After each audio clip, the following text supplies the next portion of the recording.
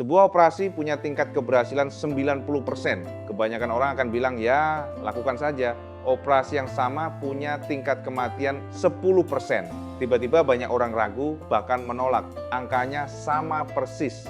Reaksinya terbalik total. Tidak ada satu digit pun yang berubah antara kedua kalimat itu, hanya kata yang dipilih untuk menyampaikannya. Itulah framing effect, efek pembingkaian, dan itu tidak cuma berlaku di ruang operasi. Efek ini mengalir diam-diam ke hampir setiap keputusan yang dibuat tim Anda setiap hari, tanpa siapapun benar-benar menyadarinya sedang terjadi. Psikolog Daniel Kahneman dan Amos Tversky membuktikan ini puluhan tahun lalu lewat serangkaian eksperimen sederhana. Manusia tidak mengevaluasi informasi mentah apa adanya. Manusia mengevaluasi bagaimana informasi itu dibungkus lebih dulu sebelum sampai ke mereka. Ganti bungkusnya dan keputusan di baliknya bisa berbalik total, meski tidak ada satu fakta pun yang benar-benar berubah. Bayangkan dua toko menjual produk yang persis sama dengan harga yang persis sama. Toko pertama memasang label diskon 5% kalau bayar tunai. Toko kedua memasang label biaya tambahan 5% kalau bayar dengan kartu.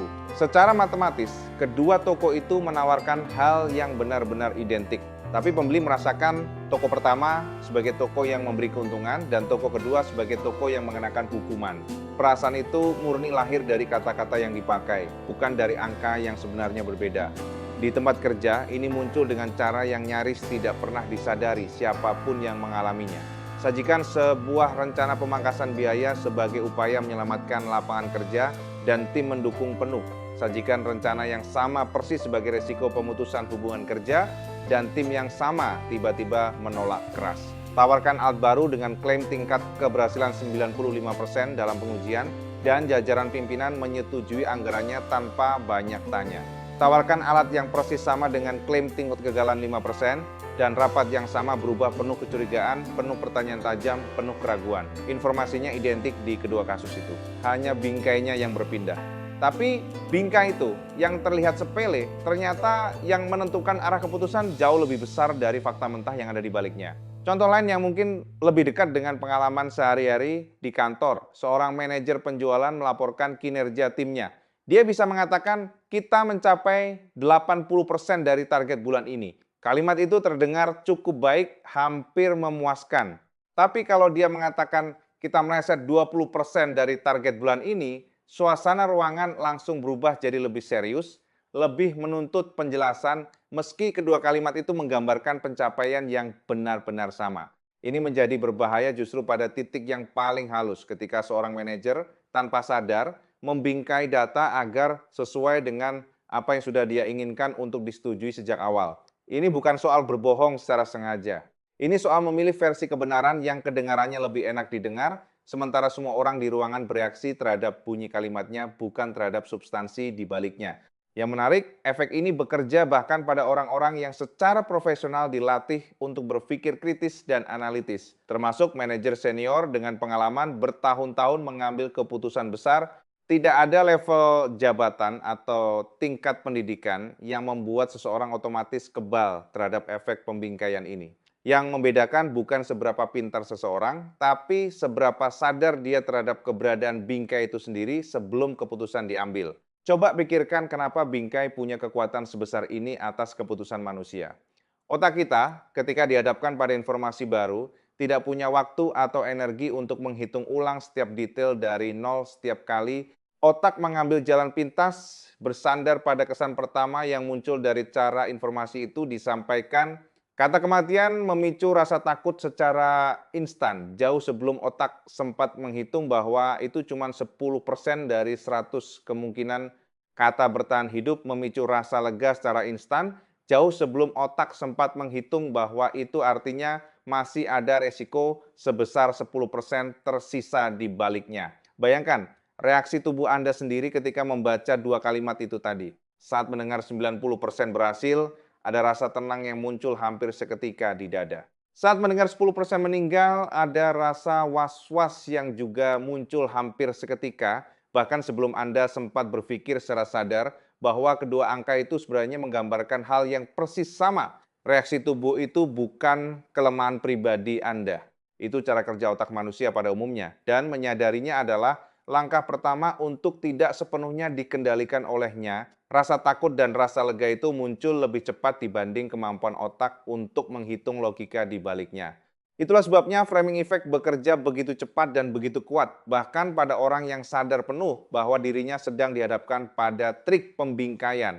Ini bukan sekadar teori psikologi yang menarik untuk dibahas di ruang kuliah. Ini pola yang bekerja setiap hari, di setiap rapat, memengaruhi keputusan besar dan kecil, jauh sebelum siapapun sempat menyadari bahwa keputusannya sudah diarahkan sejak kata pertama disampaikan. Kahneman dan Tversky menunjukkan pola ini lewat berbagai eksperimen yang meminta orang membuat pilihan antara dua opsi yang secara matematis sebenarnya identik nilainya. Setiap kali salah satu opsi dibingkai dalam istilah keuntungan, orang cenderung memilihnya lebih sering. Setiap kali opsi yang sama dibingkai dalam istilah kerugian, orang cenderung menghindarinya, meski nilai matematisnya tidak pernah berubah sedikit pun. Temuan itu bertahan lintas berbagai konteks, dari keputusan medis, keputusan finansial, sampai keputusan sehari-hari yang jauh lebih sederhana. Sekarang mari kita masuk lebih dalam ke bagian yang jarang disadari orang soal efek ini, karena disinilah letak bahaya sesungguhnya bagi siapapun yang memimpin tim. Kebanyakan orang mengira framing effect cuma soal manipulasi yang disengaja, orang jahat yang sengaja memutar kata-kata untuk menipu orang lain. Kenyataannya jauh lebih rumit dari itu. Manajer yang membingkai data cost cutting sebagai penyelamatan lapangan kerja seringkali tidak sedang berbohong sama sekali. Dia benar-benar percaya rencana itu memang menyelamatkan pekerjaan dan dia memilih kalimat yang menurutnya paling jujur menggambarkan niatnya. Masalahnya, dia tidak sadar bahwa pilihan katanya sendiri secara tidak sengaja sudah mengarahkan reaksi orang lain ke arah yang dia inginkan tanpa perlu berbohong sedikit pun. Ada juga pola menarik soal kenapa manusia bereaksi lebih kuat terhadap bingkai kerugian dibanding bingkai keuntungan yang setara. Rasa kehilangan sesuatu terasa jauh lebih menyakitkan dibanding rasa senang mendapatkan hal yang sama nilainya. Itulah sebabnya kata risiko pemutusan hubungan kerja memicu reaksi jauh lebih keras dibanding kata penyelamatan lapangan kerja.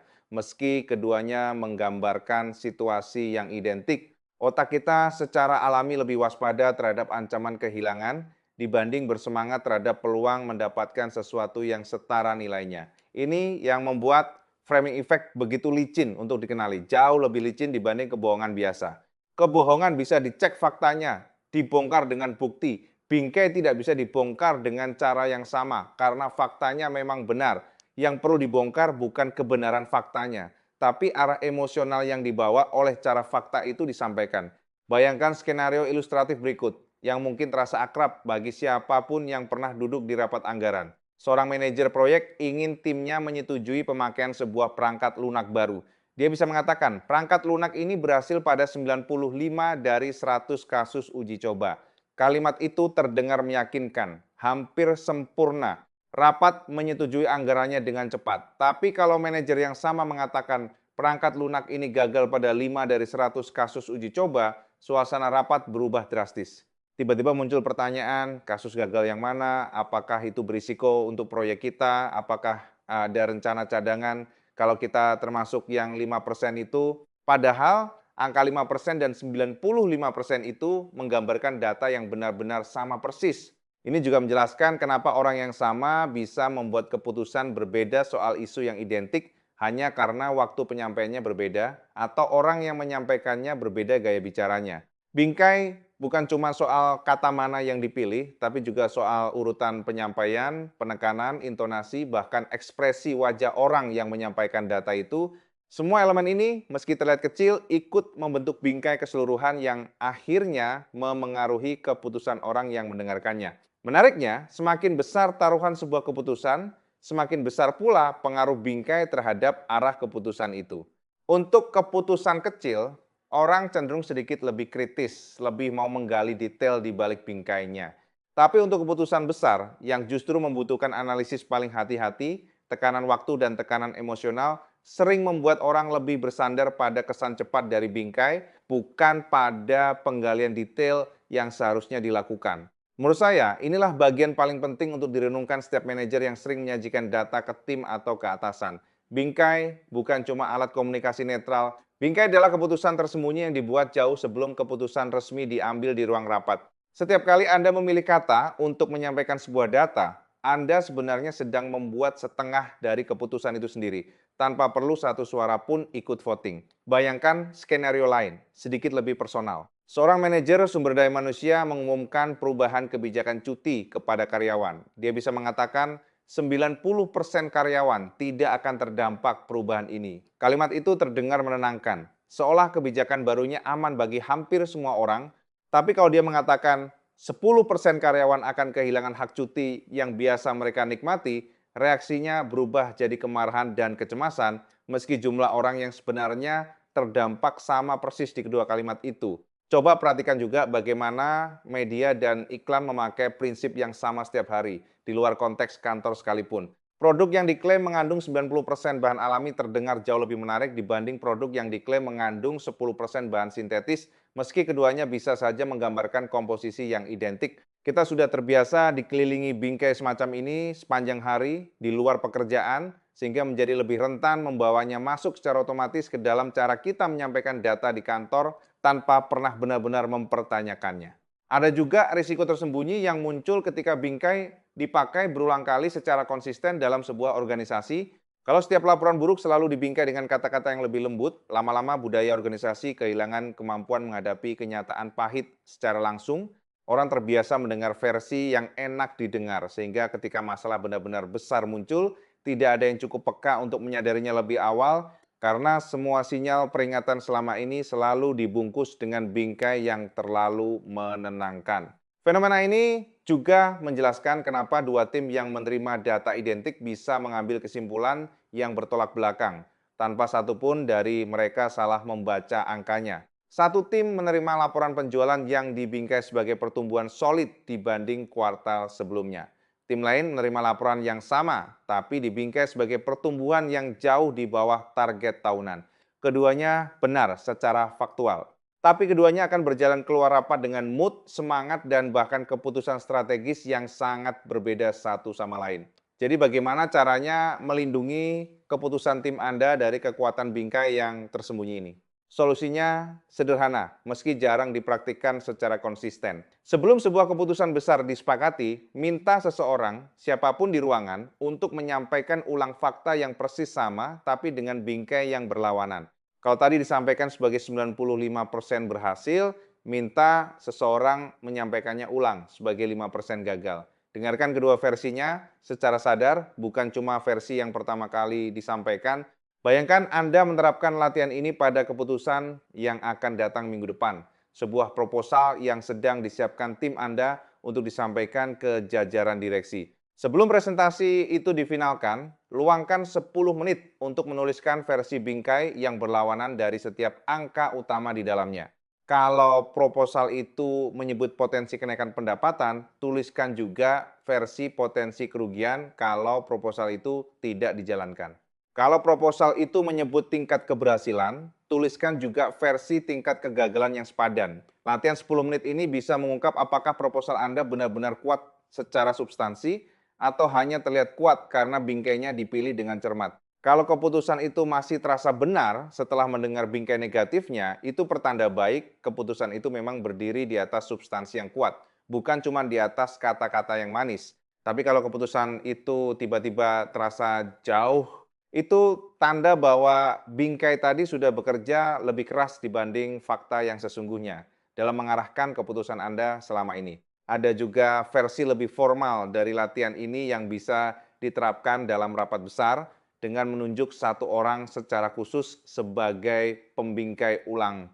Tugasnya sederhana namun penting. Setiap kali sebuah proposal disampaikan dengan bingkai tertentu, dia bertugas menyampaikan ulang fakta yang sama persis dengan bingkai berlawanan sebelum keputusan final diambil oleh ruangan. Peran ini bukan soal menentang isi keputusan, melainkan soal memastikan cara penyampaiannya tidak menyembunyikan substansi di baliknya dari siapapun yang hadir.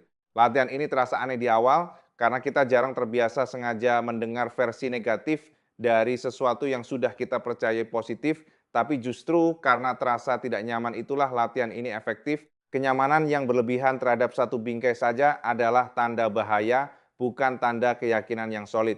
Bayangkan contoh lain lagi, kali ini soal negosiasi gaji. Seorang atasan bisa menyampaikan kenaikan gaji sebagai tambahan 5% dari gaji pokok Anda sekarang. Kalimat itu terasa seperti hadiah kecil yang menyenangkan. Tapi kalau angka yang sama disampaikan sebagai jumlah yang lebih kecil dibanding kenaikan rata-rata industri tahun ini, reaksi karyawan bisa berubah jadi kecewa meski nominal uang yang diterima tetap identik di kedua kalimat itu. Bingkai yang dipilih atasan, sengaja atau tidak, menentukan apakah karyawan pulang dengan perasaan dihargai atau perasaan diremehkan. Ada juga cara praktis lain yang bisa diterapkan sejak tahap penulisan laporan atau presentasi. Ketika menyusun data untuk disampaikan ke tim, coba tuliskan kedua versi bingkainya secara berdampingan, versi positif dan versi negatif, sebelum memutuskan mana yang akan dipakai. Proses menuliskan kedua versi ini memaksa Anda melihat data itu secara lebih utuh, bukan cuma dari satu sisi saja yang kebetulan lebih menguntungkan posisi Anda dalam rapat. Menurut saya, inilah alasan kenapa kesadaran soal framing effect seharusnya jadi bagian dasar dari cara setiap manajer dilatih, sama pentingnya dengan kemampuan membaca laporan keuangan.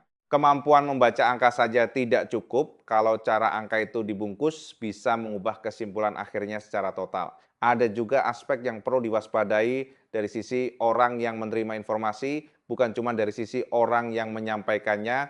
Sebagai penerima informasi, Anda juga bisa melatih diri untuk mengenali kapan sebuah bingkai sedang bekerja pada Anda. Setiap kali Anda merasa sangat yakin atau sangat takut terhadap sebuah keputusan dalam waktu singkat tanpa sempat menganalisis detail angkanya secara mendalam, itu tanda kuat bahwa reaksi Anda mungkin lebih dipengaruhi oleh cara penyampaiannya dibanding oleh substansi sesungguhnya di baliknya. Sebagai pemimpin tim, tanggung jawab Anda bukan cuma menyampaikan data secara akurat, tanggung jawab Anda juga memastikan cara Anda menyampaikan data itu tidak diam-diam menentukan keputusan orang lain tanpa mereka sadari sedang diarahkan. Kejujuran sejati bukan cuma soal fakta yang benar. Kejujuran sejati juga soal bingkai yang seimbang, yang membiarkan orang lain benar-benar menilai substansinya, bukan cuma bereaksi terhadap bunyi kalimatnya. Semua ini bukan berarti setiap presentasi harus disampaikan dengan nada paling suram dan paling negatif yang mungkin. Itu justru sama bermasalahnya dengan bingkai yang terlalu positif. Karena keduanya sama-sama membiarkan bunyi kalimat mengalahkan substansi angka yang sesungguhnya. Tujuannya bukan memilih bingkai yang paling negatif atau paling positif. Tujuannya adalah memastikan kedua sisi bingkai sama-sama terdengar sebelum ruangan benar-benar memutuskan sesuatu berdasarkan data itu. Ingat lagi, operasi dengan tingkat keberhasilan 90% itu yang sama persis dengan operasi bertingkat kematian 10%. Setiap kali Anda menyajikan data ke tim Anda minggu ini, tanyakan pada diri sendiri, apakah saya sedang menyajikan fakta atau saya sedang menyajikan bingkai yang kebetulan mengarahkan orang ke jawaban yang sudah saya inginkan sejak awal. Bingkai yang sama akan terus dipakai, sengaja atau tidak, setiap hari di setiap rapat, sampai seseorang cukup sadar untuk membuka bingkai itu dan melihat isinya secara langsung sebelum ikut menyetujui apapun yang ada di baliknya. Jadi tuliskan di kolom komentar keputusan apa di kantor Anda yang menurut Anda hasilnya akan sangat berbeda kalau data yang sama disampaikan dengan bingkai yang berlawanan dan bagaimana Anda menyadarinya saat itu terjadi.